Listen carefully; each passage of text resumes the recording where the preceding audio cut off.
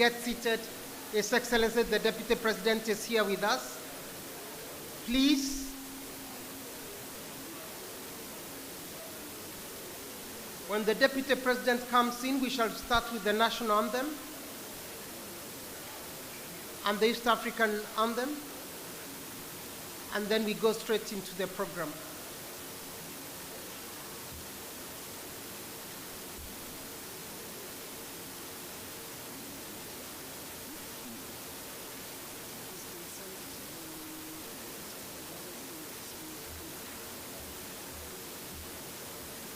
I've also been told, I've requested to announce that there are quite a number of questions that were asked and were not answered comprehensively.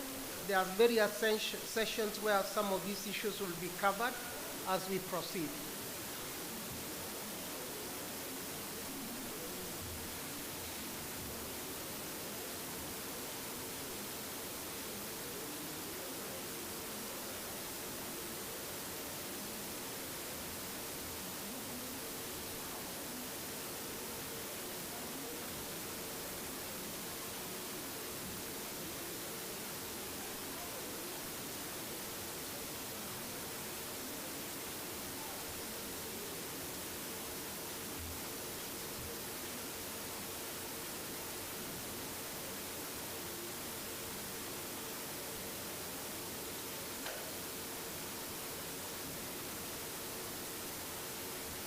Yes, we are about to begin.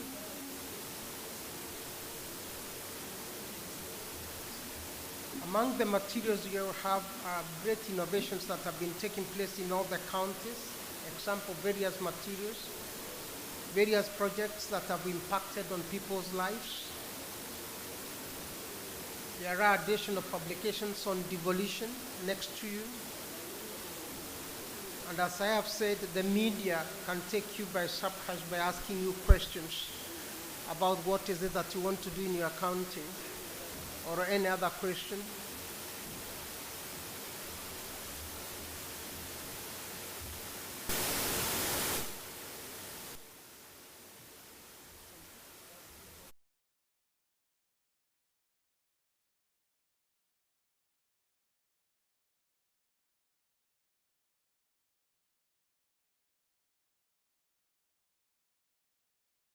They want to do it before. I'm wondering whether they should introduce themselves when he's here or after. I think it would be good for them to. All 96 people. That's 46 minutes, huh? Yeah, that's a lot. That's for 90 minutes. And then we'll start. We can do it in just a minute in the next session. Yeah, we shall apologize for that. And I would like to apologize on behalf of all the people involved in the organization that we did not have time to introduce one another in the morning, but we shall take over that, we shall do that in the afternoon. And we welcome everyone when it comes to asking questions. Please introduce yourself so that colleagues can know you.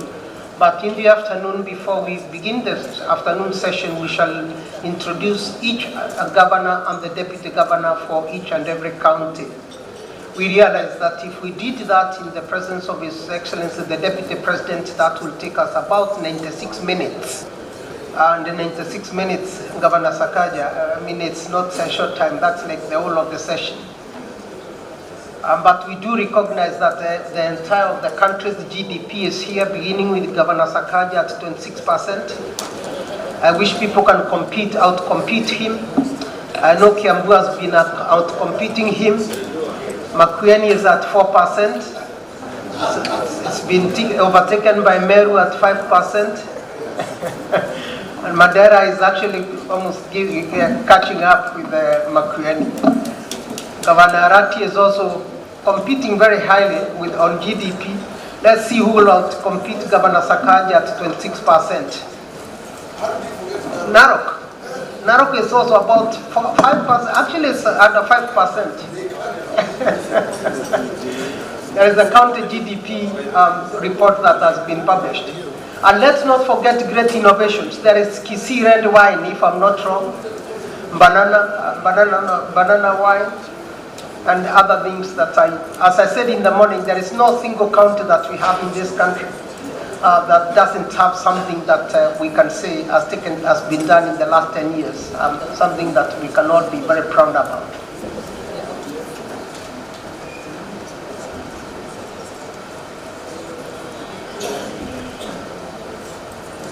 And of course, in the bag you'll see some of the great innovations that have been taking place. About 7 years ago, the entire country was surprised about cesarean birth attendants in Madeira, if I'm not wrong. There are some counties that have never had tarmac. We saw that happening in 2013, 2014. We have seen great innovations in different parts of the country. And in fact, if the materials we were talking about in the morning, the challenges we talked about in the morning were addressed, the country would be much better. Let us stand up for His Excellency the Deputy President, please.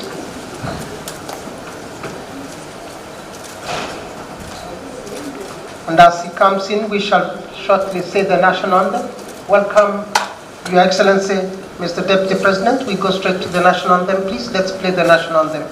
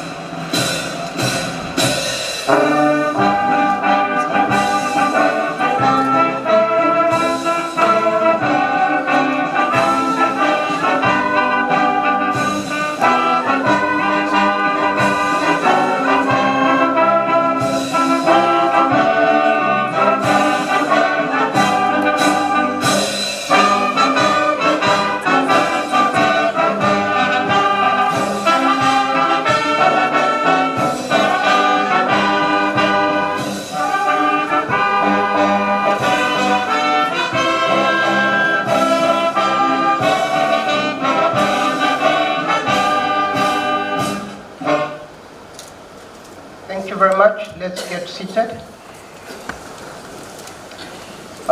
Your Excellency, Mr. Deputy President, sir, welcome to this session. I would like to hand over now formally to Governor Anne Waiguru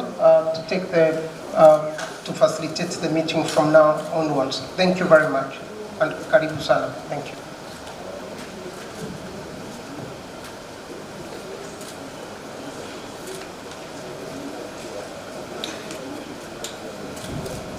Your Excellency, the Deputy President of the Republic of Kenya, Excellency, colleague governors, Excellency, Deputy Governors, Excellency, ambassadors and representatives of foreign missions, the media, and everybody who has come to this session, good afternoon.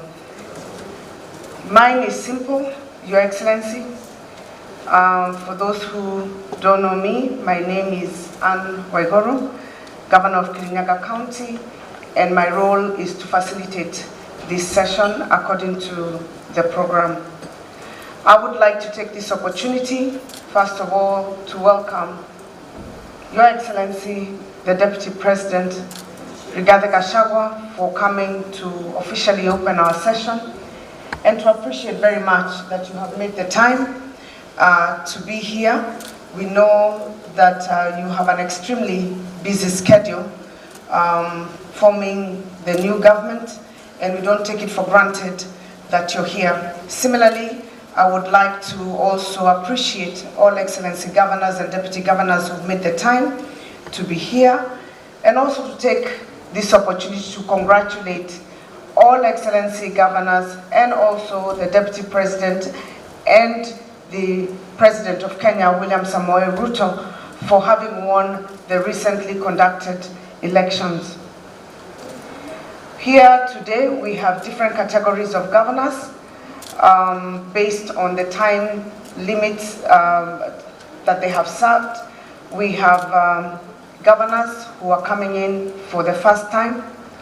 We have governors who were there in 2013 to 2017 but had taken a break and are back. And we have governors who have transitioned to their second term directly.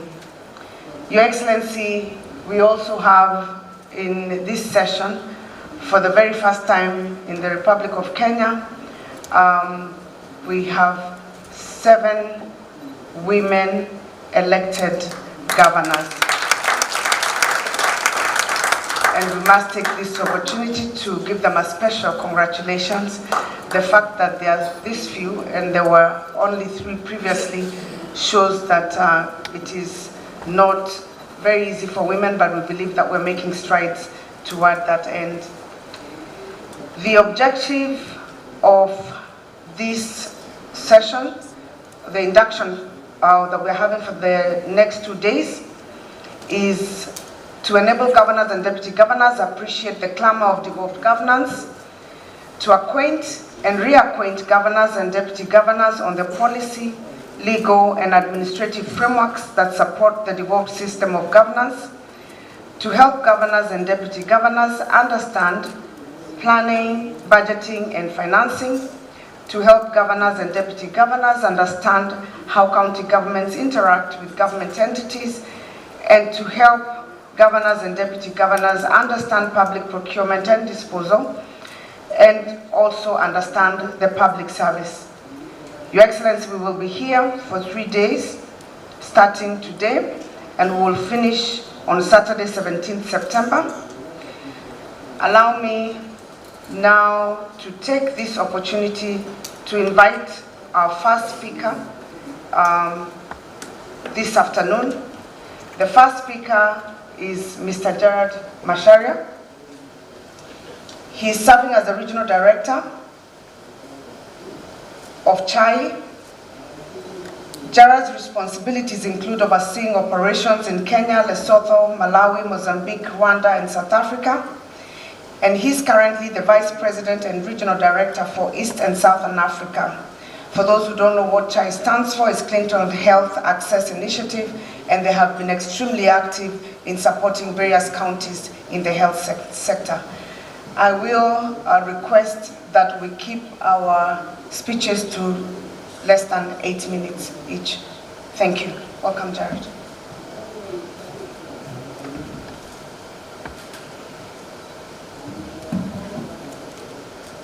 Thank you very much, Your Excellency.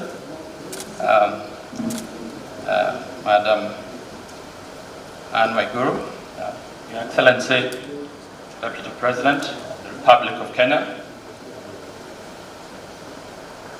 Your Excellencies, Governors, Your Excellencies, Deputy Governors, Deputy Speaker of the Senate, Your Excellency, Madam Fatuma, who I guess is representing our host governor. Thank you very much for having us here. All distinguished guests, ladies and gentlemen, development partners present here, and Ananchi wenzangu. Again, good afternoon. Allow me first to pass my sincere condolences to the family of the late Charles Kimayo, who left us while on his way here. We grieve with his family and the county of Baringo, and we pray that the Lord comforts them at this difficult time. Normally, during such occasions, you get addressed by people with a long list of titles and accomplishments before and after their names. And so some of you may be wondering, what am I doing here? Now, I may be familiar to some of you, but those are probably in the minority. On a normal day, I'm an ordinary Kenyan voter and taxpayer. I vote and I pay my taxes. And on the other day, I managed President Clinton's global health work in 12 countries in sub-Saharan Africa, across East and Southern Africa.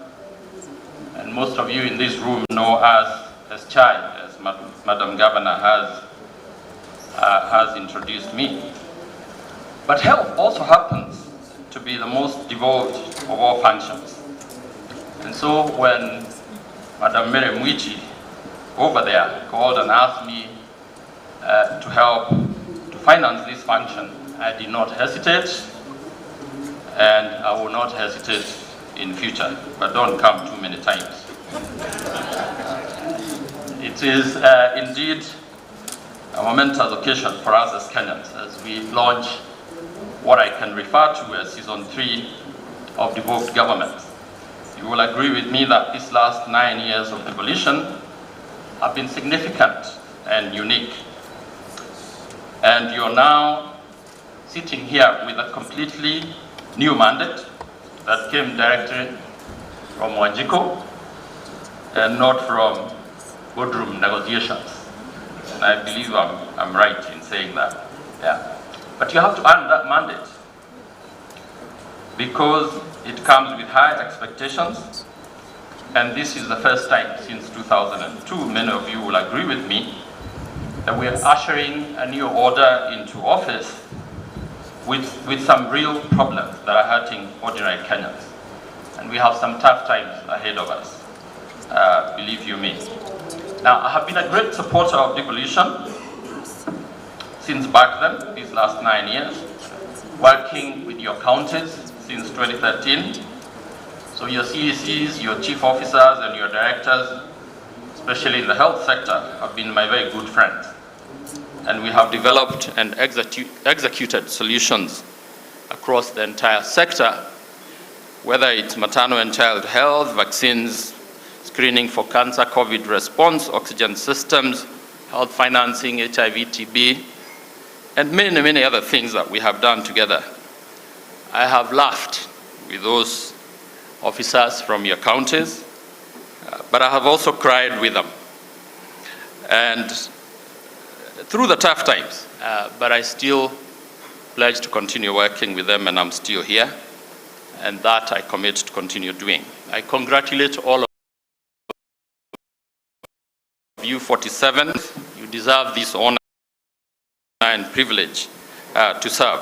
But allow me to especially thank and applaud my 7 sisters who are elected governors and who floored some really tough opponents and fought very, very tough battles to earn their place at the governor's table. So Gladys, Susan, Kawera, Cicely, Anne, Wavinya, and Fatuma, well done.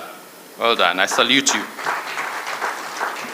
And applaud your very hard-fought victories.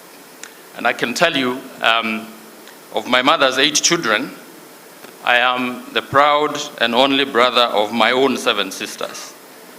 You know, so I salute you on their behalf, and they are all accomplished women in their own right. Now I want to remind these 40 men around you that you fought twice as hard as they did, and they have the obligation to support you and to help you succeed. Don't let them pull you down. But for the sake of good order, special congratulations to the governor of my home county of Murang'a, Irungo Kenyatta. I saw him here somewhere. And of course, my friend, former super senator, who tells me he's not triple S, he's something like SGS. So congratulations, super governor from my county of residence. I have issues with both of you that I'll pick after this. You know. Yeah. So I understand 28 of you are new, and you're the ones kicking off the next decade of devolution. A lot is expected from you. You may be new to the office, But your voters' expectations are not new. You created most of them in your manifestos in the first place. And that significantly cuts off your honeymoon period. So it will not take you very, very long to hit the ground and hit it running. And you're the governor of all the 7 million people who voted one way, the other 7 million that voted the other way, the 8 million that didn't vote, and the 28 million that didn't have the chance to vote for various reasons. You're the governor of all those people, and so whether you like it or not, their progress and their development will fall on your shoulders. I followed some of your campaigns and even participated in some of the campaigns, the same way I have done for the last 2 transitions. But I watch you work hard through your campaigns, very, very hard, surrounded by family and close advisors. But allow me to share something that you may not hear elsewhere, and not because I'm very, very wise, but because I have been there as a voter and a taxpayer for a very, very long time. Now, your campaign team and your advisors, those are people close to you, and you could spend time listening to them and getting their advice, which has worked for you. But I can tell you, there are voices out there that you need to create the opportunity to hear, and not to hear them through your advisors and your campaign teams, but through the person who actually voted for you. Now, I was talking to the deputy governor of Taita Taveta County down there, and I was explaining to her that these voices are not voices that you hear if you want to listen to them through your advisors. So just pick them up and be able to find a way of hearing what I'd call the call of the wild. So I want to wish you all the best as you take on this huge task ahead of you, and pray that the Almighty God guides you and bestows wisdom upon you as you govern the people of your county. I wish you these 2 fruitful days. Take the best you can out of this function, and God bless you, and God bless our beloved country, Kenya. Thank you very much.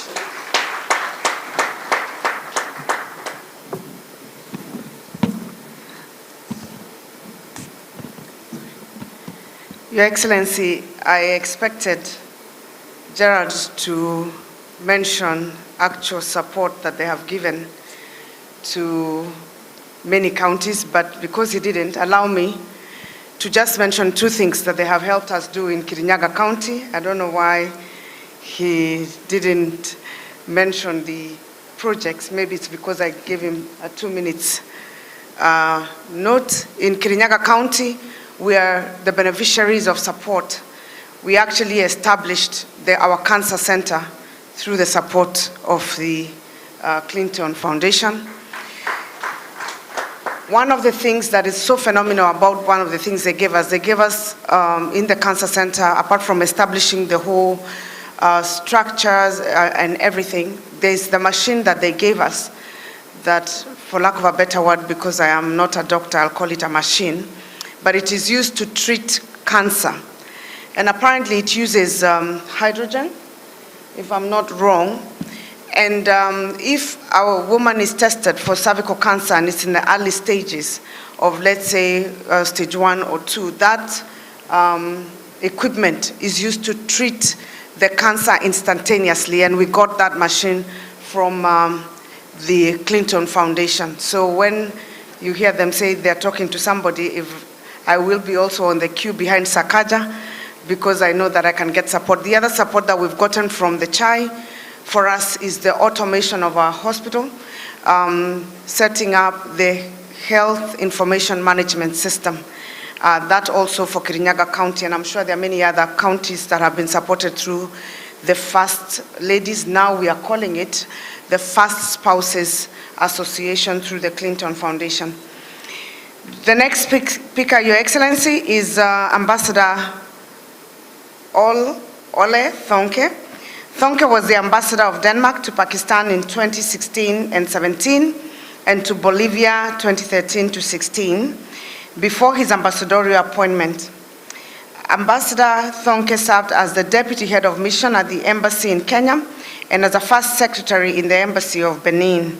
Thonke has also been the deputy head of the African Department and head section in the Department of EU Coordination at the Ministry of Foreign Affairs, in addition to working with the Danish Export Agency. Thonke's career in the Foreign Service started off as an intern in 1997 at the Embassy of Denmark in Kenya. He is currently serving as the chair of the Devolution Donor Working Group. So all resources that come from development partners in Kenya go through the coordination of this Devolution Donor Working Group, and His Excellency Ambassador Ole Thonke is currently the chair. I welcome him to make his remarks.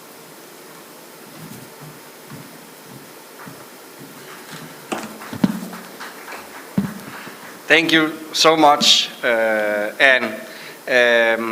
First of all, recognize Excellency Deputy President of Kenya, Excellency Governors and Deputy Governors, representatives of different arms of national government, Senate, my fellow colleagues from the international community, ladies and gentlemen, good afternoon. I couldn't help laughing when Professor Karuti was trying to get everybody to order before the Deputy President came in, because the talking was so loud that up here I was like, oh my God, will they ever stop talking? And it reminded me to a large extent of, I just came back from Denmark for our ambassadors conference where we meet once a year. And you see all your good colleagues again, and it's exactly the same situation. People are talking and talking, and they really have to engage and want to talk and exchange so much, so that whenever the big session starts, it's very, very difficult to get everybody to quiet down. But Professor, you managed, and this will not be the first time that you will try to calm everybody down before the session starts.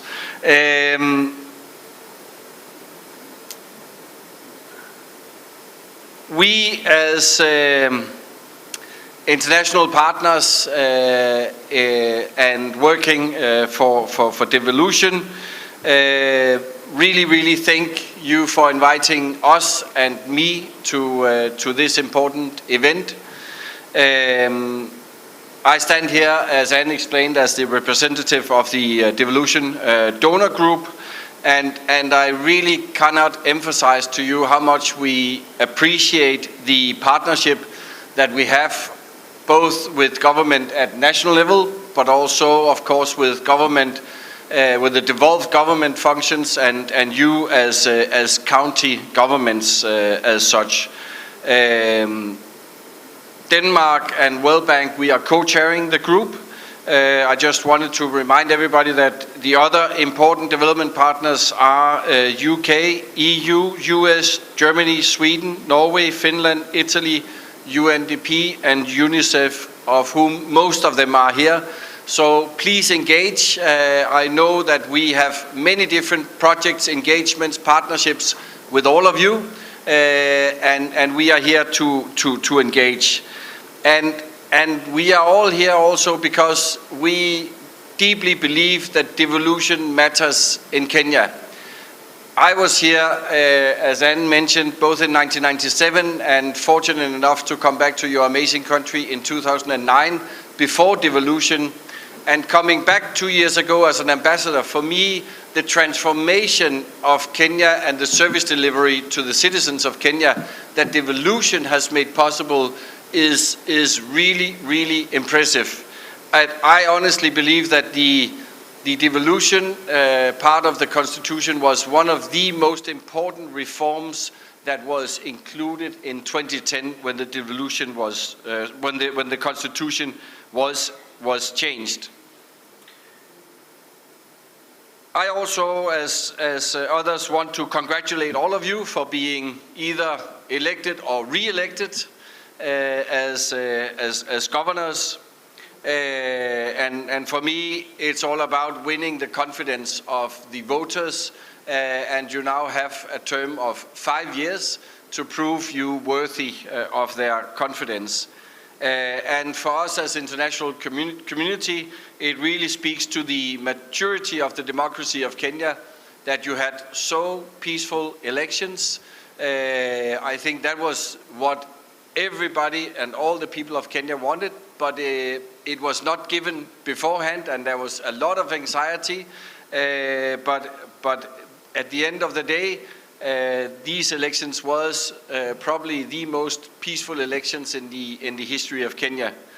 And I wanted to note one thing on the governor's election that is for me a very good example of this. When the race to be governor of Nairobi ended, the winner, Sakanja, he said, "Thank you for the fight, Igathi. It was a tough one. I won, but you are welcome for a cup of tea." And Igathi replied, "Thank you very much. It was a tough fight. I respect and I accept the result, but I will come for a tea." And they had a cup of tea together. Yeah.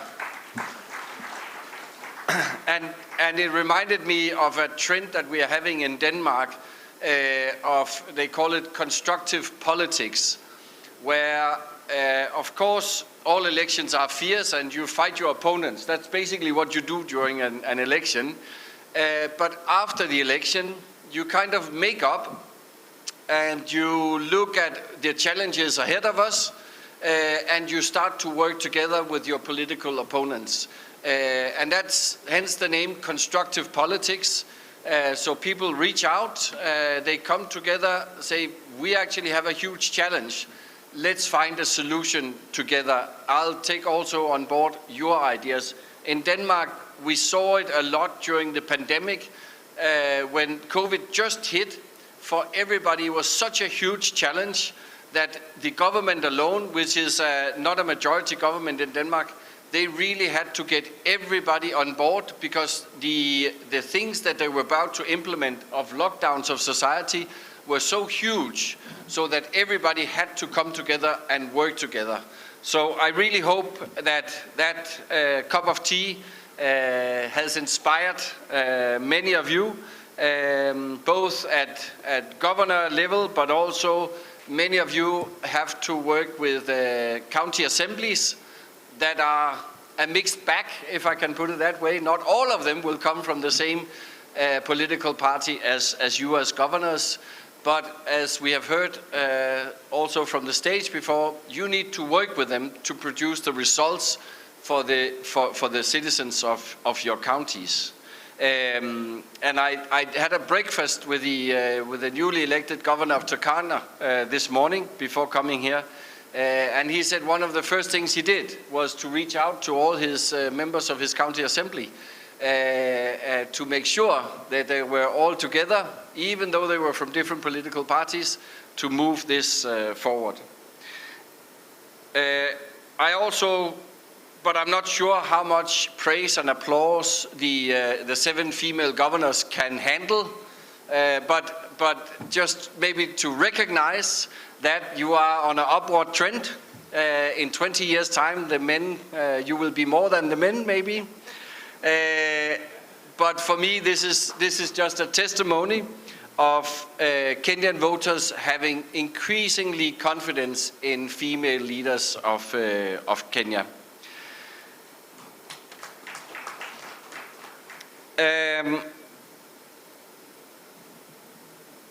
And I'm also sure it was also noted earlier today that many of you noted what the president said in his inaugural speech on Tuesday at Kasarani Stadium, that the remaining functions of devolutions that have not yet been transferred, they will be transferred.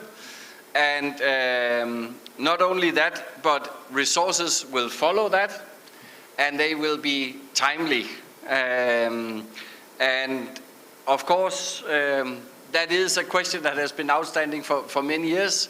So we also as development partners are really open and willing to work together on these issues, which will be difficult. A lot of questions has already come from the floor on this. I wanted to take this opportunity just to highlight 5 issues that we from international community have seen as positive experiences, lessons learned during this last 10 years of devolution journey for Kenya. The first one is the public participation. Has been mentioned already many times. It is super important, and a lot has to be done on that. Also, it is in your own interest as governors to make sure that you have your citizens behind you. Second is public financial accountability. Main reasons, the money ultimately comes from your voters, that many of you will need to re-vote you back into office, but also the ones who are reluctant to transfer more money to devolved level. They always use that as an excuse not to transfer all the money or not to transfer the money in time. And thirdly, we as development partners want to engage even more, and my taxpayers back in Denmark, they need accountability for their money also. Thirdly, use civil society as much as you can. There are great examples of close collaboration between the county governments and civil society, both in terms of they know what's going on the ground, they can verify things, they have new ideas, and they are actually instrumental in delivering. Fourth, work with the private sector. A lot of examples of how the private sector really want to engage the county governments and has a lot to offer. And they're the ones who are going to create the jobs that all the Kenyans really need. And the final point is this of not, you cannot deliver all this alone. You need to work also with national level. Of course, there's the issue, and we are also as development partners victim of that, of the timely disbursements of funds from Treasury, because if you don't get the funds until a couple of months before you need to spend them, you cannot spend all of it in a good manner. And then a second thing which I believe is really important is really a special request from the international community for both to the Senate and the National Assembly to fast track the county government additional allocation bill. We have currently 31 billion Kenyan shilling waiting to be dispersed to you counties, but they are held back because of this bill not being enacted. So really that can change a lot of things if we get this right this following year. Then I also, as a final thing, wanted to mention climate change. And I just read a lot of depressing facts in the newspaper. First of all, the only year where the level of CO2 emission has gone down was the first year of COVID, where the world came to a standstill. Since that, already now we are on an increase again on CO2 emissions. The last 7 years has been the warmest that our planet has ever experienced.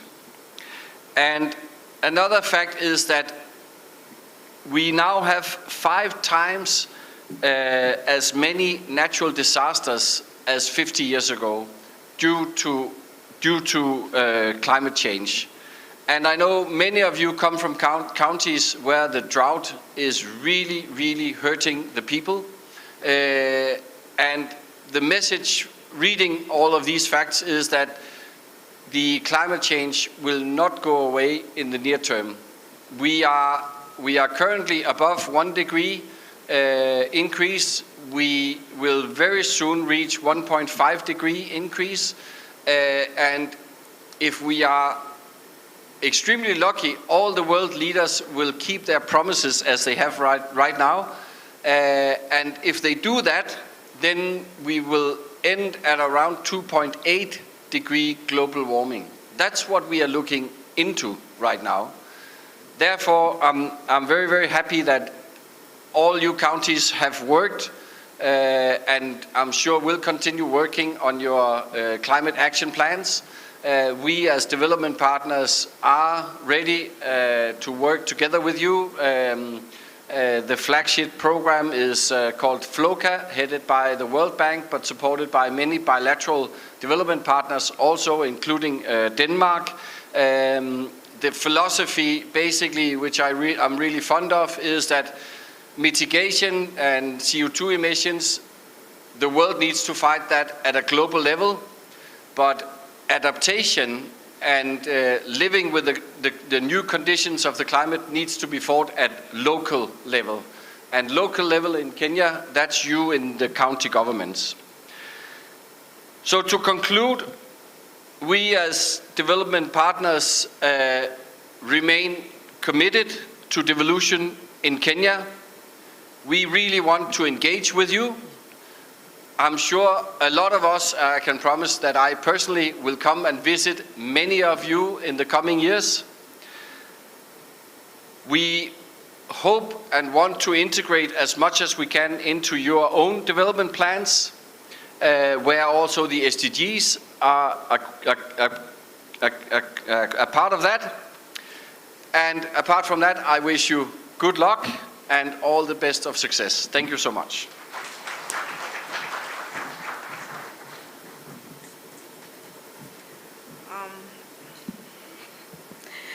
Now I would like to invite Judy Oduma to take 5 minutes to speak on behalf of the County Assemblies Forum.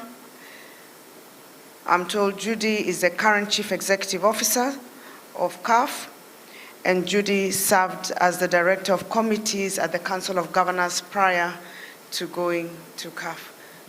Welcome, Judy.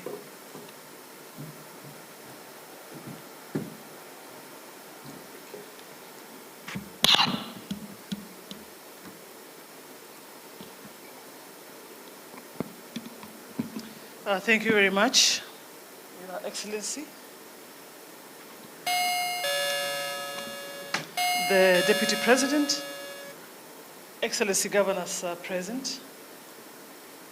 I stand here just to represent the County Assemblies Forum because, as you know, we still have no executive body in place, and therefore we have no chair in place.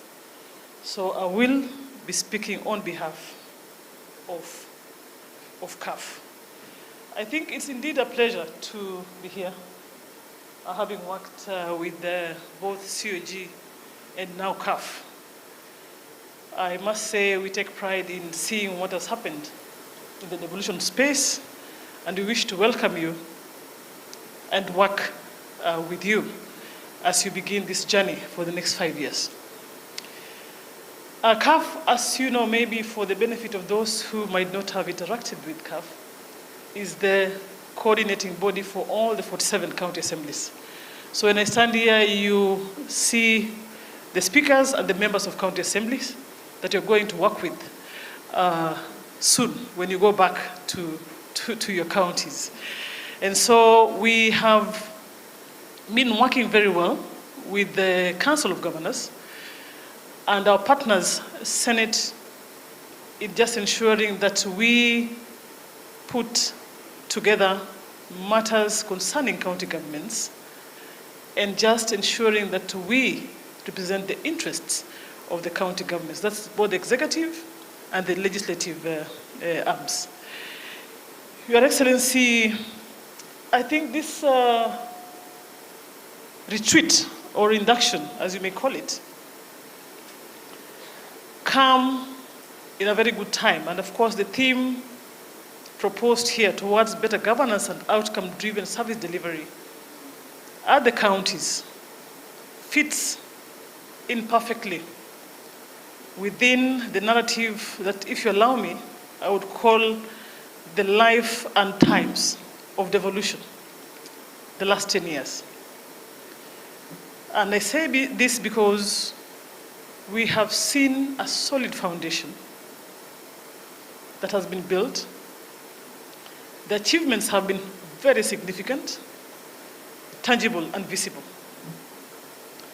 So for the team that we have here of Excellency Governors, we should start talking about improving what it is that we have found on the ground. And of course, it does not lack challenges. So this induction should provide us with a chance to reflect on what has gone well, what hasn't gone so well, or what has gone not as planned, if I may call it, as now the team that is going to define and provide direction on how our county governments are going to be run. Your Excellency, it's good and it's worth mentioning that there have been some kind of tension and challenges when it comes to relations, intra-governmental relations, relations between the executive and the legislative arm of the county governments.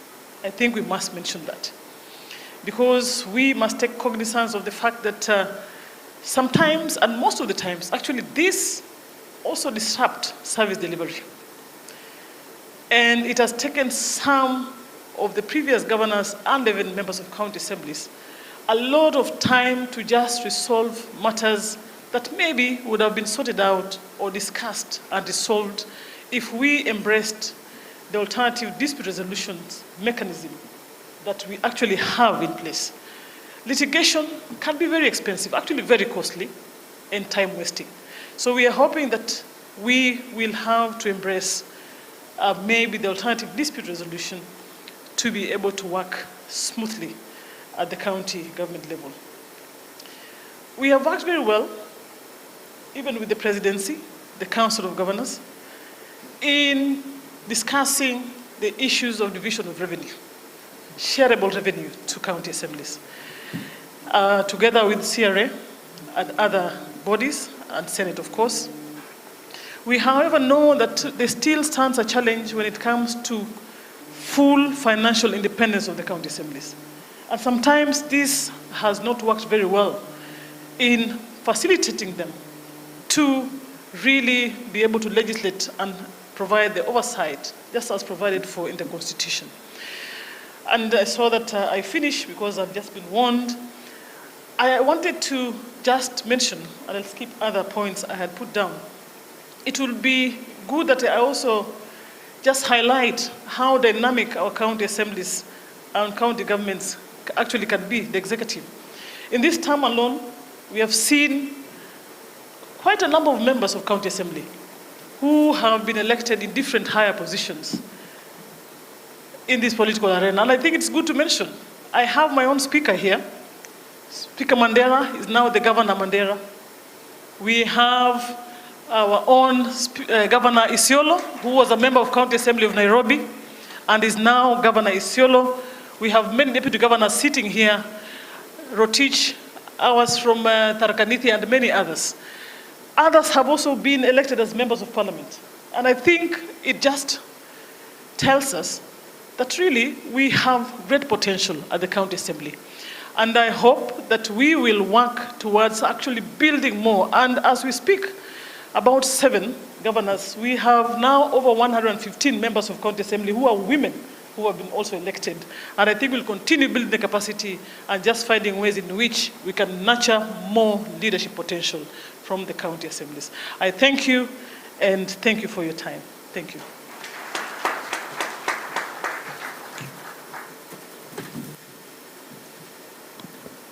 Thank you, Judy. I would now like to call Mr. Gasham Otachi to come and speak on behalf of commissions. Mr. Gasham has served as a chairman in 2 state corporations, Policyholders Compensation Fund, and the Geothermal Development Company. He's a member of the Law Society, the African Law Society, the International Commission of Jurists, the International Criminal Bar, the International Association of Defense Lawyers, and a few others. There are quite many, which International Association of Defense Lawyers, Association of Defense Lawyers at the UN, ICTR, ADAD, in which he was a vice chairman for 6 years and is on the ICC list of council. He's currently the chairman of the National Land Commission and the chairperson of the caucus of the Constitutional Commissions. Karibu, Bwana Otachi. A round of applause, please.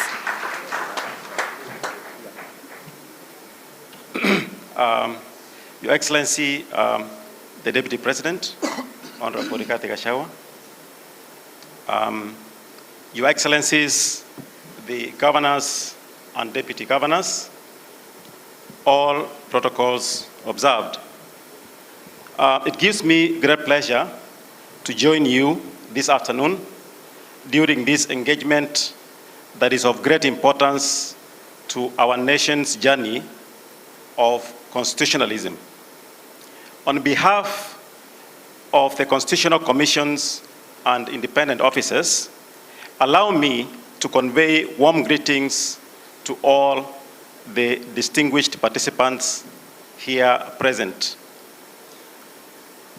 May I also, on my own behalf and on behalf of all the chairs and office holders of Constitutional Commissions, convey my warm congratulations to all of you, governors and deputy governors, upon your election.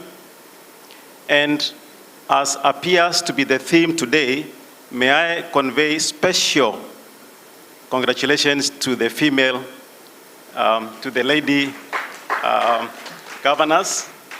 I think you are pretty soon going to get used, more and more used to first gentlemen rather than just first ladies. May I also take the opportunity to convey my condolences to this forum, and more particularly the county government of Baringo for the unfortunate loss of the deputy governor. Now, I most sincerely thank the Council of Governors for the gracious recognition and subsequent invitation of the caucus of CCIOs to participate in this very important session in the calendar of the developed units of government, to share our views, set the platform for continued collaborative engagement collectively as CCIOs and individually with the respective entities of CCIOs based on their distinct and independent mandates. It is my wish as the current chairperson of the caucus that this and future engagements resonate with the theme of this session, that is towards better governance and outcome-driven service delivery in the counties. The Constitutional Commissions and independent offices were established by Chapter 15 of the Constitution of Kenya 2010 to perform the following important constitutional mandates as per Article 249 of the Constitution.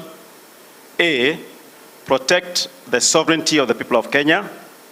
B, secure by all state organs observance of democratic values and principles. And C, promote constitutionalism.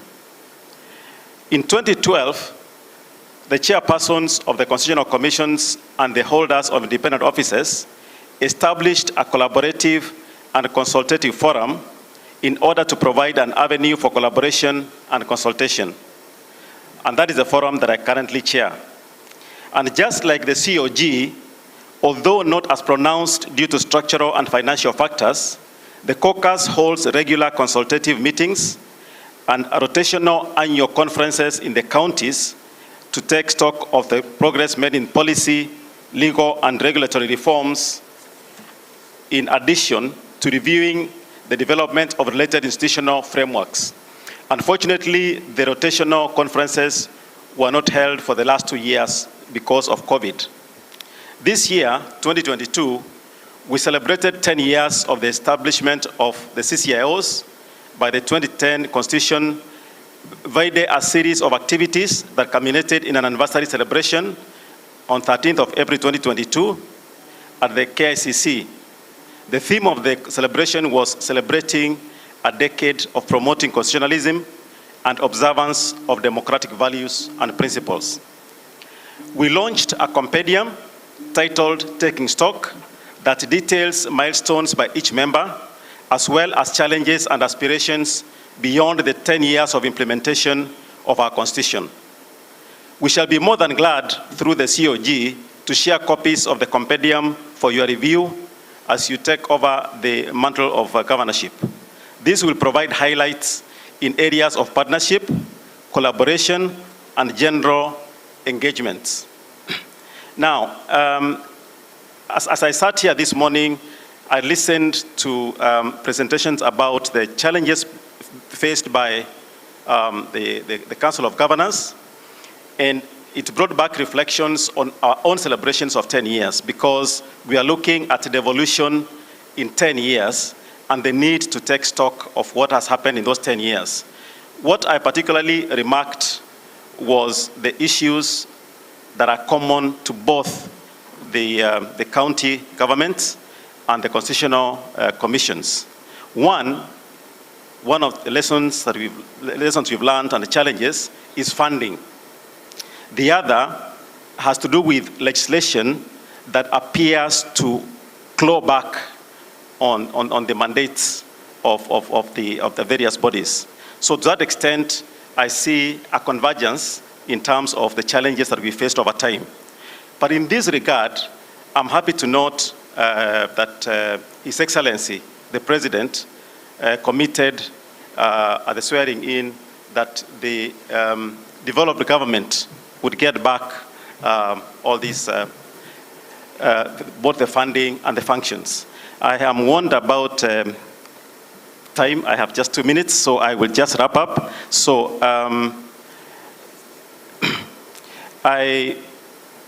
we have here in participation, we shall be giving special presentations. I'm happy to report that we shall be having panelists that will be presenting here out of the cluster of various commissions that we have. There are those on financial prudence and oversight, administrative and governance cluster, human rights cluster, and justice and legal cluster. And here we are looking at all the independent commissions, as well as the offices of the Attorney General, the Inspector General, Director of Public Prosecutions, and so on, the independent offices, the Auditor General, and all those. So amongst those who will be presenting, we already have one presenter, that is Honorable Florence Kajuju, Chairperson of CAJ. Dr. Margaret Nyakango will be presenting as that is the control of budget. Then Dr. Jane Kiringai, the Chairperson, CRA. Nancy Kadungu, the Auditor General, and other panelists shall be Dr. Lynn Mengich, Chairperson of SRC, and Ambassador Anthony Mushiri, Chairperson of Public Service Commission. And I believe the last two shall be answering some key questions that were asked at the first panel session. So in view of the short time that I've been given, I appreciate once again the invitation to make preliminary remarks, and I will emphasize that we are available to engage collaboratively with the council. But before I leave the podium, just half a minute, on behalf of my own commission, I just wanted to point out one particular area of very important significance as we move forward, and that is the area of allocation of land, where we have regularization of urban settlements and squatter settlements. I undertake to work with the national government and the county governments as you come forward for purposes of enabling the national government achieve its objective of affordable housing, one of the key agenda items that have been committed to. So we look forward to working very closely, and we do hope that both national government and county governments will set enough budgets for that particular function, amongst others. Thank you very much.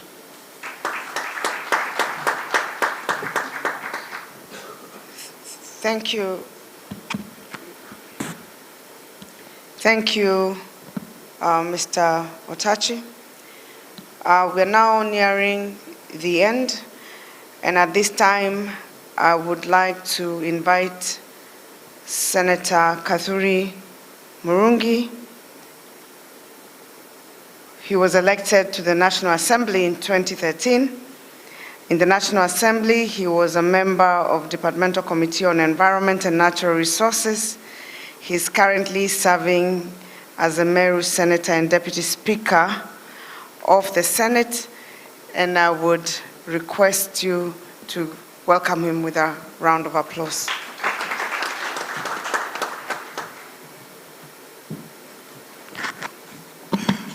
Thank you, Excellency Governor Anne Waiguru from Kirinyaga County.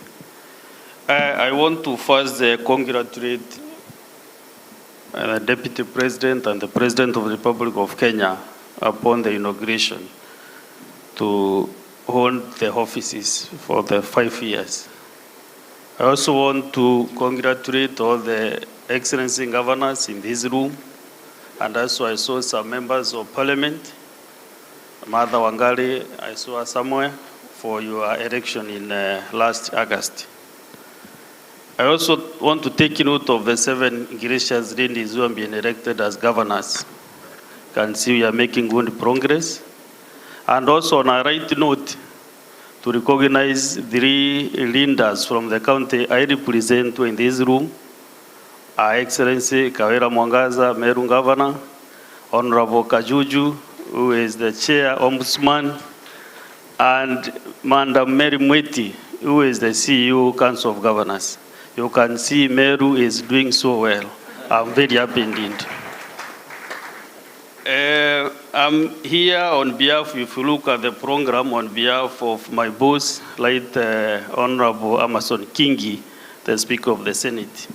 He was to make these remarks, but since he has other duties sent by the President, I am lightly here and very able to represent him.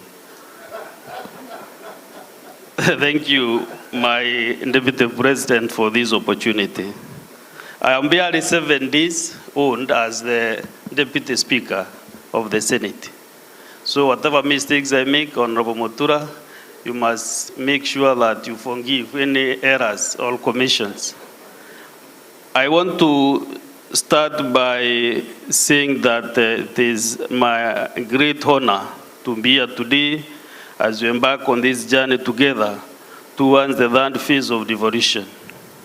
One of the defining characteristics of Kenya's post-independence constitutional and legal order from 1963 to 2010 was a consolidation of sovereign power and opportunities in the central government, coupled with an economic planning strategic approach that failed to distribute development equitably across the country and even within the same regions.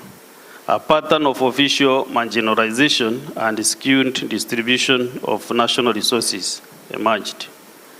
Despite the handles, the Senate remains dedicated to the success of devolved governance and assure Kenyans that we will not let them down. We remain cognizant of the citizens' passion for good governance and the attendant promise that devolution has delivered to our people. As governors, you must be the groundbreakers of bipartisan, issue-oriented, and performance-based politics, and be in the forefront of implementing the Constitution, both in letter and spirit.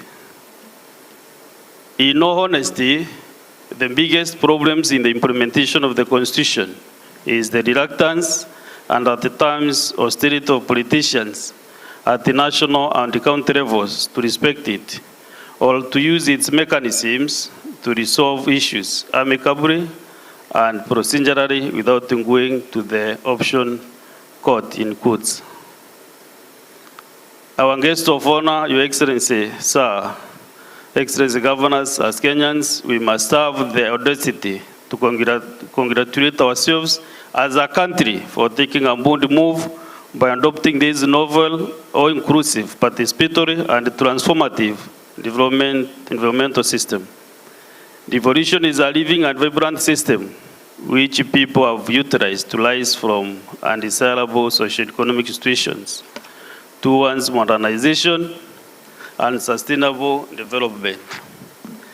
It has raised hope for our communities in Kenya that felt left out by the former overly centralist, top-down system of governance.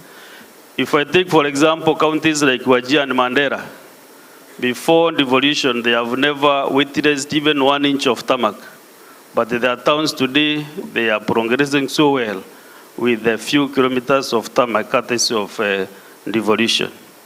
Let us be realistic and remain alive to the challenges that beguile revolution in Kenya.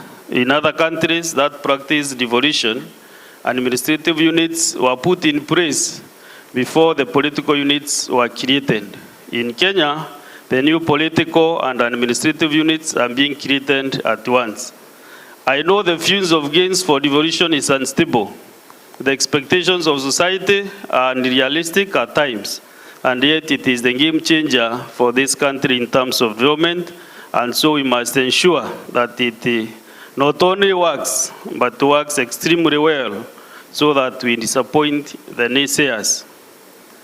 Many Kenyans have invested their hopes in devolution and expect to realize dreams that were frustrated over the decades by skewed appropriation of resources to the center. Devolution is expected to provide a viable remedy for the economic injustice over the years. The 47 county governments are indeed under pressure to deliver on these expectations. For this dream to be realized, the national and the county governments must adhere strictly to the principles and the main objective of devolved government, which is to promote social and economic development and the provision of proximate, easily accessible services throughout Kenya, and to ensure equitable sharing of national and local resources throughout Kenya with special provisions for less developed areas. Equally critical is for the national and the devolved governments to work together consultatively and independently, but also as distinct governments as spelled out by Article 6(2) of the Constitution. Even more critical, revenue allocation to counties must not be politicized. You know, I've never been a governor, so I don't know whether there were those issues, but the way governors are complaining that money has not been released promptly to the devolved units, there must have been some problem. But I have a lot of hope that the new regime will be able to streamline these problems, and will be the first governors not to be the only demonstrations by your workers, because you'll be paying them promptly, courtesy of the new government. The Supreme Court of Kenya has already defined a bill that concerns counties as in a bill that affects the functions of counties provided in the 4th schedule of the Constitution. We will exercise our legislative power as the Senate and continue to work towards defending devolution without fear or intimidation. As you begin your tour of duty, I want to wish you all the success you deserve. I thank you. And the mood of the house, I can see there might be some elections at the end of this retreat. So those contesting, I wish you well, and may God bless you. Mungu awabariki sana.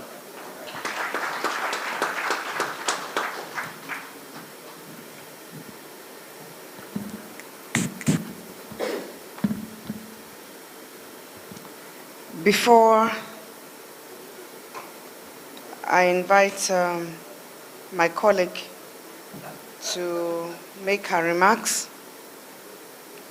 and welcome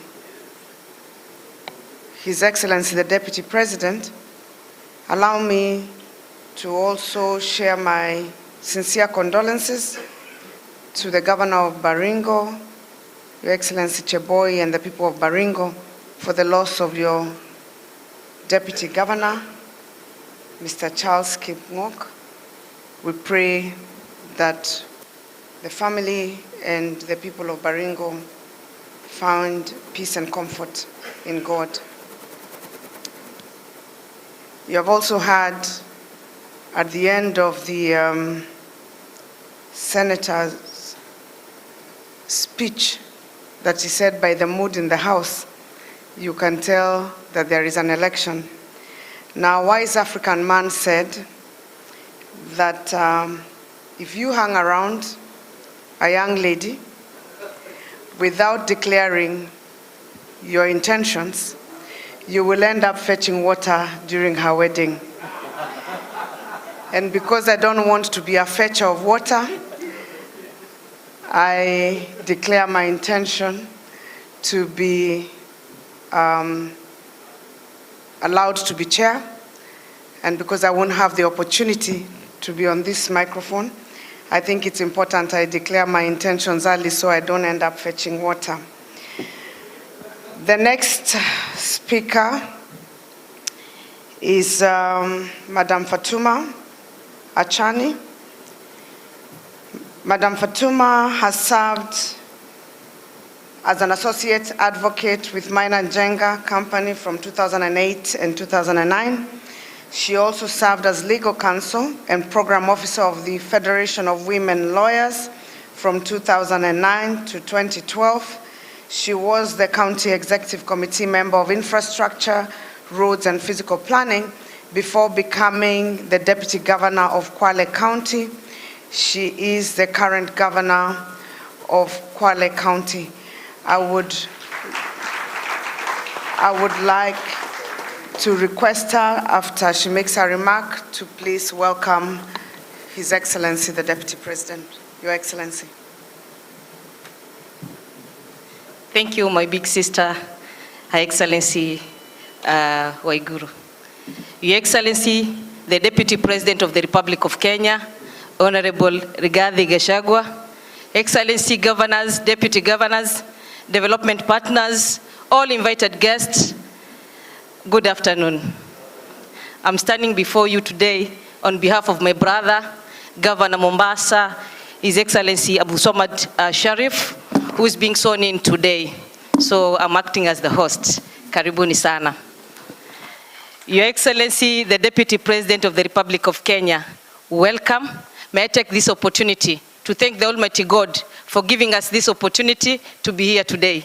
I also thank you, Your Excellency, for taking time to be with us. And this is a good start between the county government and the national government. This shows that we are beginning on a good footing. This shows that there'll be collaboration between county government and national government. We've had challenges as county governments, but from this forum, we'll share challenges. We've shared challenges, success stories, and from this forum, I'm very certain and that all of us will be able to forge forward and have success in our counties. For the past 10 years, we've seen the fruits of devolution. There are some students who went to school because of devolution. There are those who didn't have tarmac roads, but today we have tarmac roads. Your Excellency, karibu sana Pwani.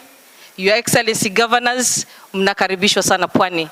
And please don't hesitate to explore the tourism goodies in the county. You can as well cross to the other side, to the best beaches in Africa, destination Kwale. Karibuni sana. Your Excellency, let me take this opportunity to thank you and the 5th President of the Republic of Kenya, Daktari William Samoei Ruto, for believing in women leadership. Thank you, Your Excellency, for supporting me to become the first Muslim female governor in the country.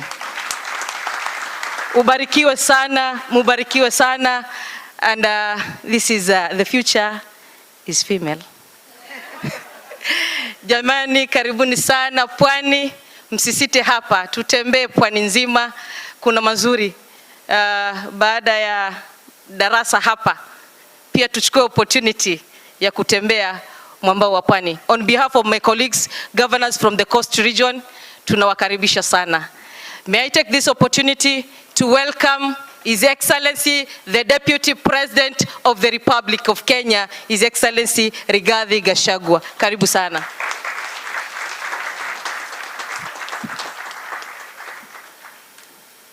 Thank you very much. Please be seated.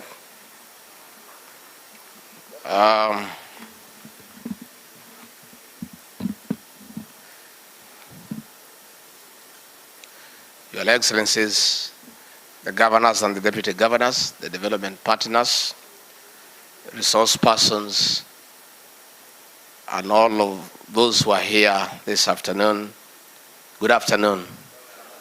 God is good, and all the time. Asante sana. We are still trying to acclimatize to this new situation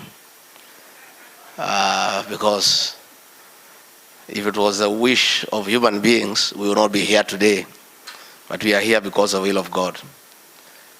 Many times I sleep, I think this whole thing is a dream, only to wake up in the morning and find that it is indeed true. I'm the Deputy President of the Republic of Kenya. Tunasema Mungu aitwe Mungu. Ladies and gentlemen, it is my great pleasure to be part of this journey that is set to define our collective agenda for the next 5 years. The success brought about by the devolved system of governance is a testimony of how far we have come and how we continue to build strong institutions together as a country.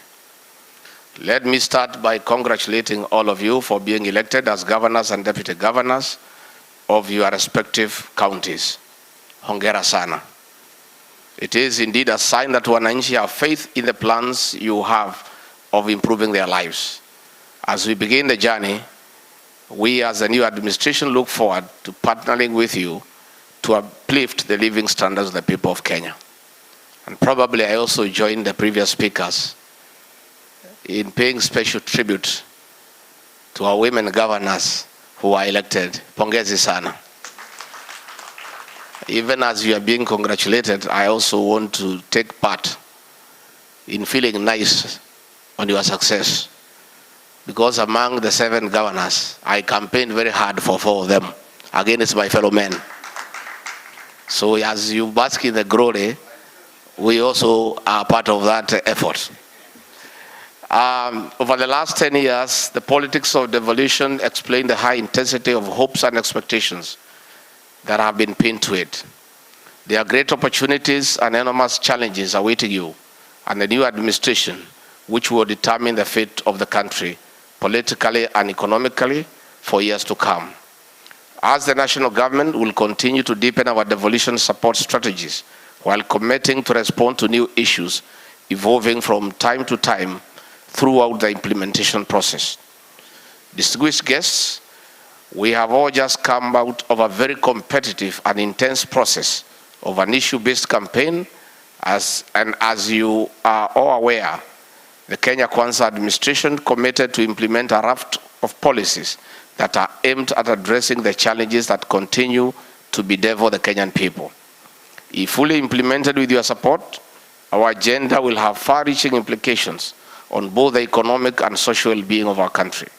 The programs under the new administration are expected to accelerate and sustain inclusive growth, create opportunities for productive jobs, and thus reducing poverty and income inequality, therefore providing a better future for all Kenyans. Allow me to add my voice to this gathering by enumerating the following in addition to the Kenya Kwanza policy agenda. To begin with, this administration has every intention of building a healthy and productive nation by providing universal health care and scaling up preventive health measures, including improved nutrition and public health education. To this end, the government aims to provide National Health Insurance Fund coverage for all Kenyans with no exclusions, in the mantra of leaving no one behind. In addition to that, the Kenya Kwanza administration will work with counties on modalities of employing and initiating payment for community health workers who shall form part of the primary health care system. To address the current human resource challenges that continues to affect service delivery, the national government, with your support, aims to embark on employment of 20,000 health care workers, that is doctors, nurses, clinical officers, laboratory technologists, physiotherapists, among other cadres, to bridge the gap of the World Health Organization recommendations of 23 healthcare providers to a population of 10,000. Secondly, our efforts to enhance productivity of our farmers has seen the government align all policies under the agricultural sector towards increasing food production, boosting smallholder productivity, and reducing the cost of food. Overall, the strategies of our agricultural transformation an inclusive growth target to reduce the cost of food, reduce the number of food insecure Kenyans, reduce chronic malnutrition, increase agriculture contribution to GDP, and create 1,000 production SMEs and 600,000 direct and indirect jobs, and increase the average daily income of our farmers. Restructuring and extensive reforms in institutions within the agricultural sector, including the National Cereals and Produce Board, Agricultural Finance Corporation, Agricultural Development Corporation, will be undertaken to ensure that our county governments, farmers, and the entire private sector receive the necessary support. Thirdly, Article 43 of the Constitution speaks of accessible and adequate housing and reasonable standards of sanitation for every Kenyan. Next to agriculture, we see housing production as a sector that will create quality jobs for 100,000 or so young people that are graduating from TVETs every year directly in the construction sector and indirectly through the production of building products. The national government is working to increase supply of new housing to 250,000 persons per annum and percentage of affordable housing supply from 2% to 50%. This we shall achieve by restructuring affordable long-term housing finance schemes, including a national housing fund and cooperative social housing scheme that will guarantee offtake of houses from developers. And at this juncture, allow me to state that in order to achieve this target, the government will be looking to partner with county governments to facilitate availability of land and developing the needed infrastructure. I want to encourage county leadership to start dialogue with the private sector, who will play a critical role in realizing this ambitious commitment, which I have no doubt we will achieve together. Fourthly, and last but not least, is our growing focus on manufacturing as the engine of economic growth. It is no secret that industrialization is a very key ingredient world over for job creation. As an administration, we therefore not only want to acknowledge the role of foreign direct investment in this sector, but also the need to nurture our infant industries by creating a conducive environment for both to thrive. To this end, we have identified key sectors that present a comparative advantage for our country, including textile, agro-processing, oil, gas, iron and steel, as well as ICT, among other subsectors. To facilitate the growth of these sectors, the government will embark on infrastructural development, including identification of special economic zones, support of technology incubation, and upgrade of common manufacturing facilities, as well as provision of financial support and credit to micro, small, and medium enterprises throughout the Hustler Fund. In response to the market demand, government will heavily invest in technical and vocational education and training, TVETs, in each of the 290 constituencies. The objective is to enhance the quality of TVET graduates to meet the local industrial needs and become internationally competitive. Already, significant progress has been reported in student enrollment in TVETs and Kenya Industrial Technical Institutes, in addition to increased number of applications for patent utility models and industrial design. Distinguished guests, allow me to use this opportunity to call upon counties to equally take measures that will address some of the key physical challenges they continue to face. Of key importance is the issue of pending bills that continue to affect business and operations of the private sector. I further want to encourage all counties, and especially those with the new leadership, to conduct internal audits of their pending bills. I further want to emphasize the need to ensure that the verified bills must be budgeted for and plan of action presented to both the Controller of Budget and the Office of the Auditor General to facilitate further action. As I conclude, I wish to restate our commitment as a government to ensure that county governments receive their share of revenue in a timely manner. The equitable share transfer from national government, because it is unconditional, is critical in giving counties substantial autonomy in decision making. This, together with constitutional grants from national government and development partners, has over the years increased the share of resources sent to counties. I want to acknowledge that there continues to be some good reasons for maintaining conditional grants, including compensating counties for programs that service more than one county, compensating counties for unique cost burdens, ensuring that national priorities are met, and securing funding for critical programs in the local level by rewarding performance. Fellow leaders, it will be, however, be misguided to seek to meet all our county needs through the equitable share. This brings me to the issue of counties' own sources of revenue. To maximize the own revenue potential of Kenya's counties, existing sources should be reformed and new ones found. The different revenue streams should be strengthened by updating revenue base, information, updating rates, and minimizing applicable exclusions. If such county revenues are carefully selected, they may increase total countrywide revenue collection by reaching a greater share of our GDP. I therefore want to encourage you to work with the National Treasury in ensuring full implementation of the county-owned source revenue enhancement policy. Finally, we are all aware that devolution will succeed or fail through service delivery. This means that the sectoral implications of devolution are among the most important details to get right.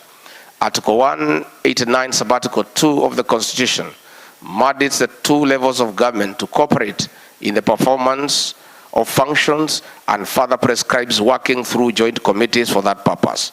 Subsequently, the Intergovernmental Relations Act in Section 13 provides for the formation of the sector working groups comprising of both levels of government and other stakeholders. I want to challenge the leadership of the various sectors, both at the ministries and the Council of Governors, to take more active measures to ensure that the sector working group operate in a robust and proactive manner as envisaged in the law. This will ensure that the issues arising from the formulation or implementation of certain policies are addressed immediately, therefore reducing incidences of intergovernmental disagreements. Where the forums fail to address challenges, the law anticipates the existing institutions such as IBEC and the National Coordination Summit will take up the matter. I encourage all to use these institutions. Ladies and gentlemen, I want to conclude by once again congratulating each and every one of you for continuing to play your part in the development of our nation.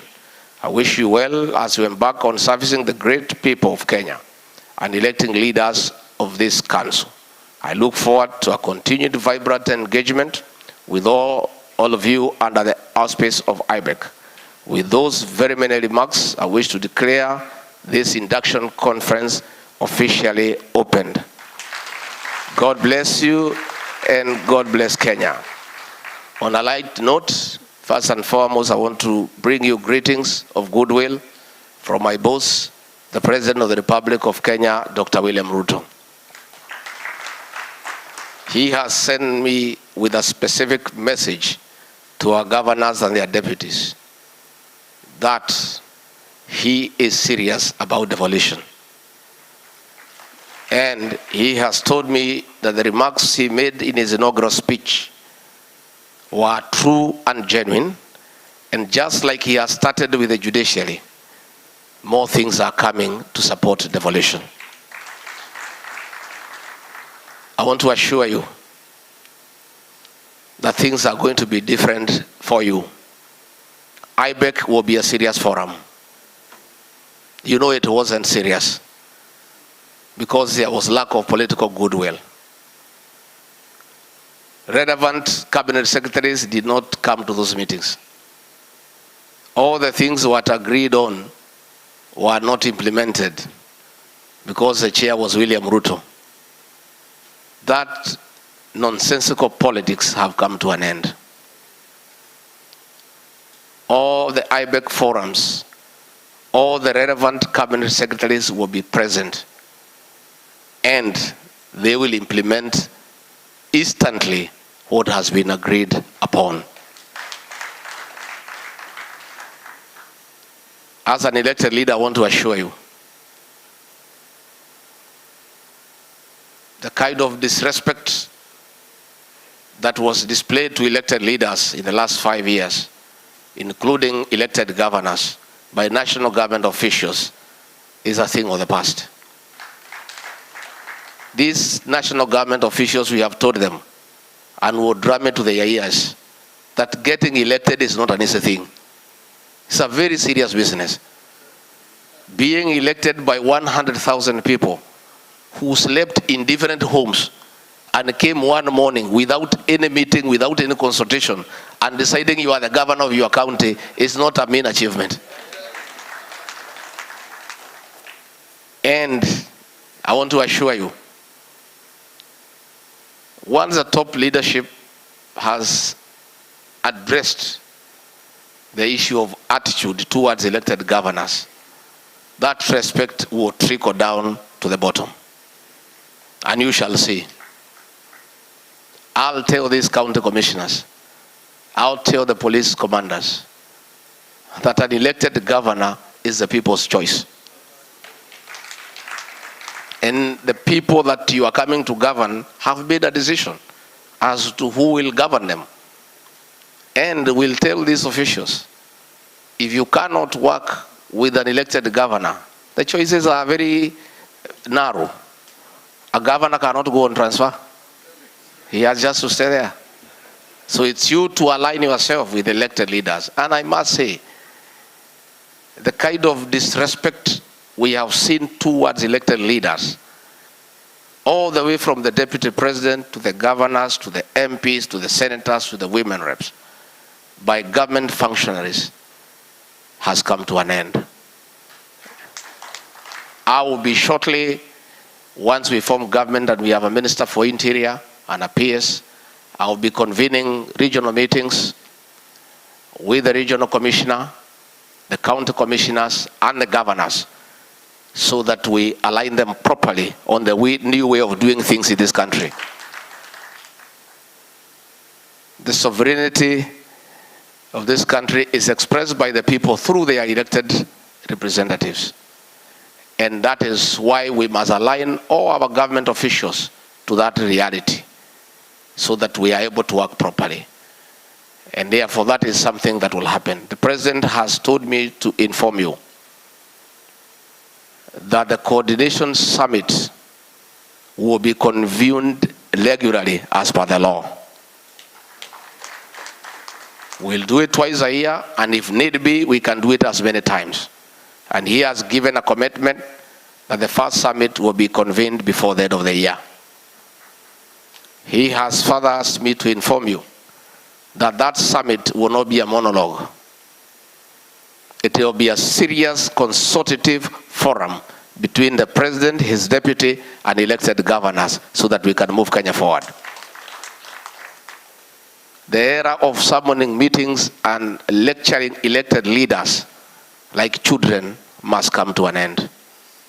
We must allow elected leaders to speak because they speak for the people, and the people are supreme.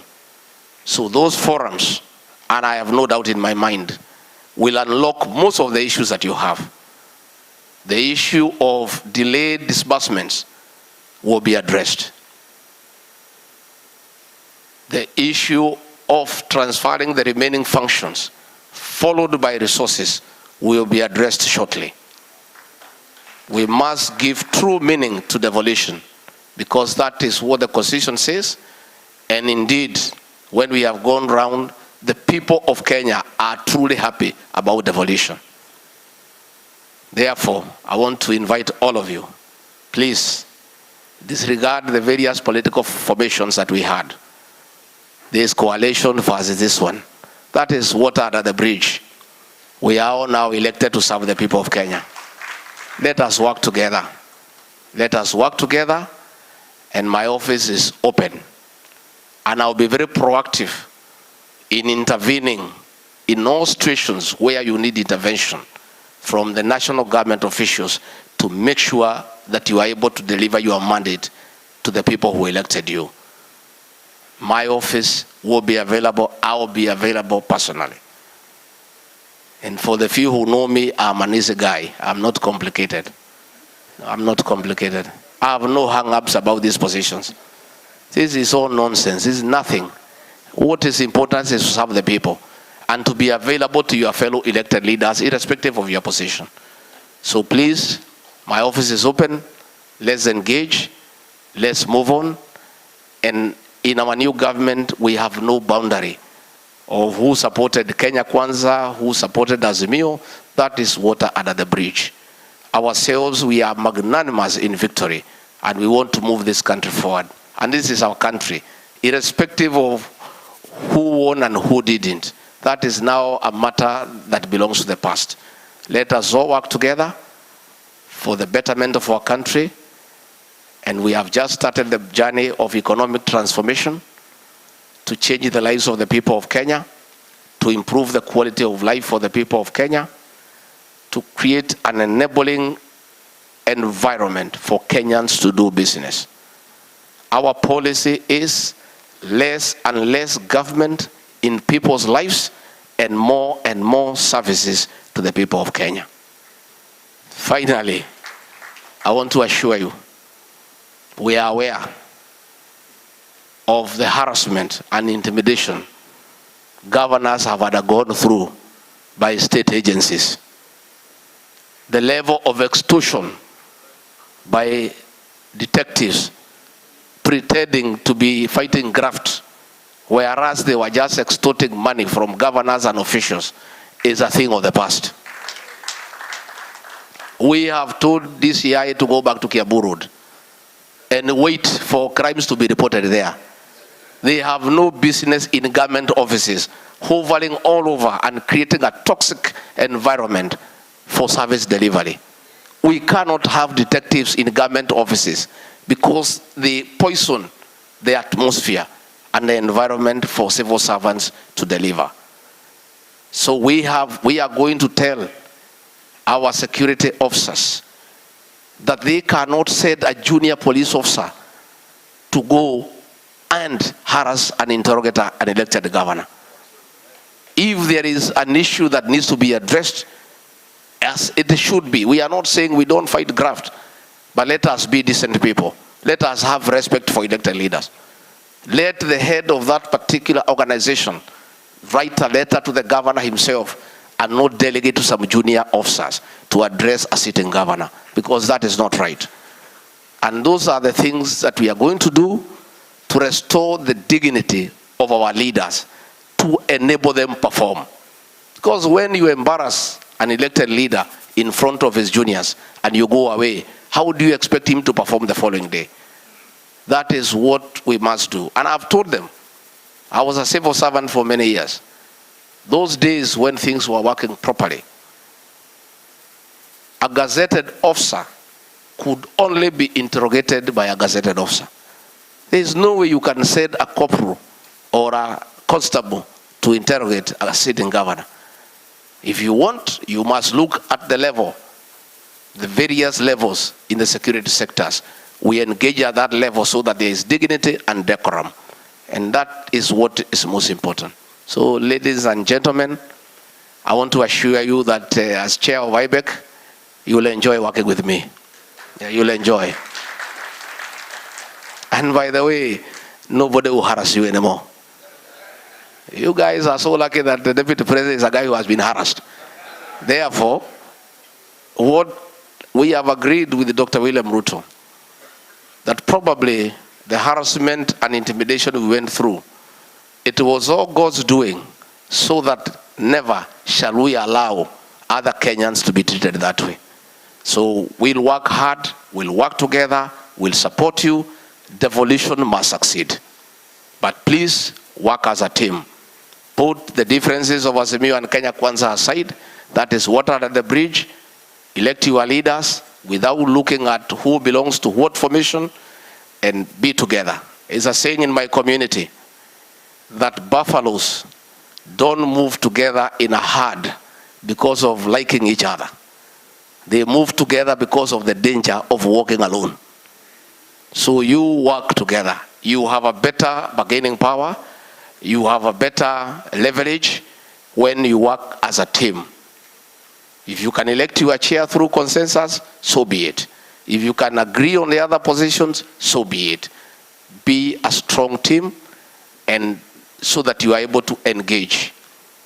And please, you don't have to look for anybody, let's say from the opposition, to push me or push William Ruto. Ourselves, we are already persuaded. We just need good leaders whom we can engage. We don't need to be pushed by anybody on matters devolution. We are already persuaded and we are up to the game and we are ready. So with those very many remarks, I wish you well. Enjoy your stay in Mombasa. I wish I had time to spend a few days here. I have not rested for a single day for 4.5 years. And now we are working and we have to keep on moving. I wish you well. Have a very fruitful engagement. I look forward to the first IBEC meeting. I look forward to the summit. And together, we shall deliver to our people because we serve the same people. Asanteni sana na Mungu awabariki.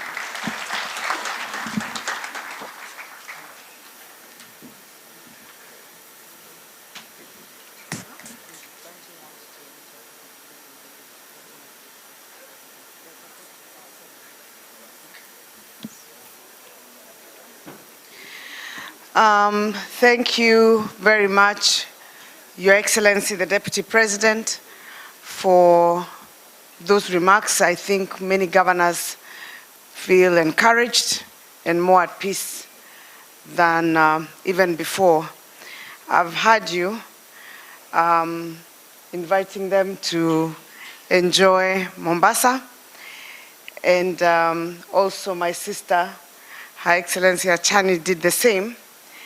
I remember, Your Excellency, in a forum similar to this, the governors were invited to enjoy a 24-hour economy in Kakamega. And Kirinyaga County found themselves in very serious trouble. So I will urge the governors, as you enjoy yourselves, please be aware of the 24-hour economy. Your Excellency, we have a small gift for you from the Council of Governors because of agreeing to come here, and I will request that we have the coast governors, being the host, the other two, to come and present it to you. We have the governor of Kilifi and the governor of Lamu. I am informed that there is a meaning to it, and it has leaves that are stretching out to reach all the 47 governors, and I think that it would be very appropriate for the host governors to hand it over to you.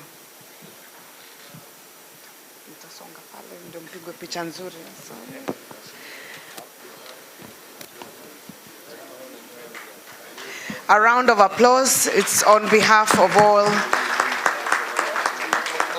and the governor of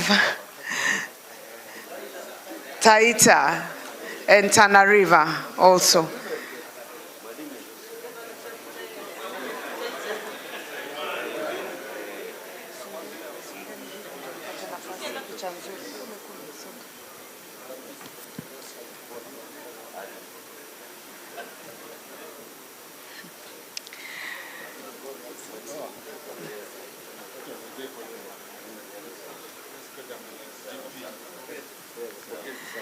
A round of applause.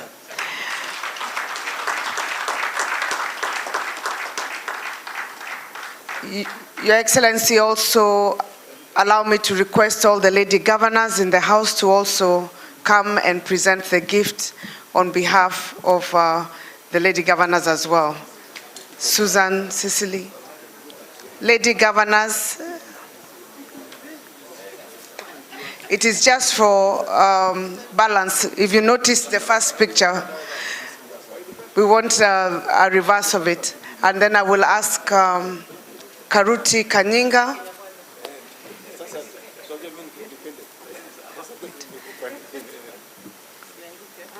Lady Governors, Gladys Wanga, if you can come.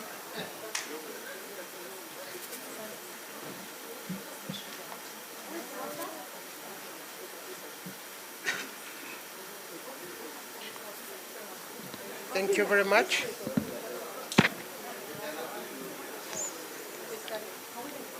Thank you very much. Please take photos.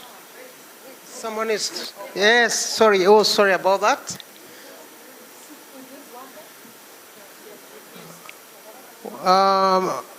Governor Wanga, Your Excellency, please come over.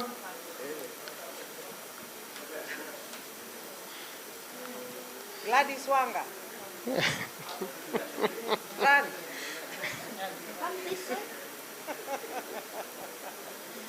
Thank you. A round of applause. I think this is the largest gathering of lady governors that we have ever had in this country. Thank you, thank you, thank you very much. Thank you, Your Excellencies. Thank you very much. Thank you very much, Your Excellency Deputy Governor. Thank you very much, Facilitator, Governor Anne Waiguru.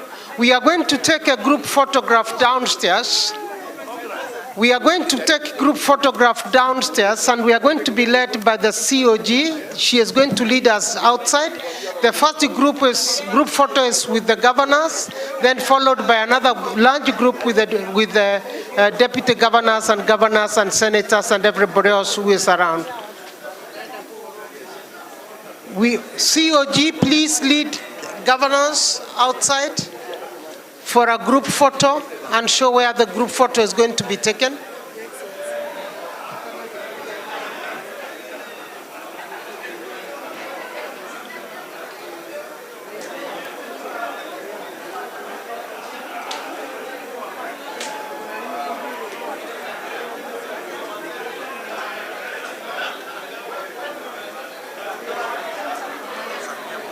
Oh, yes, yes. Oh, okay.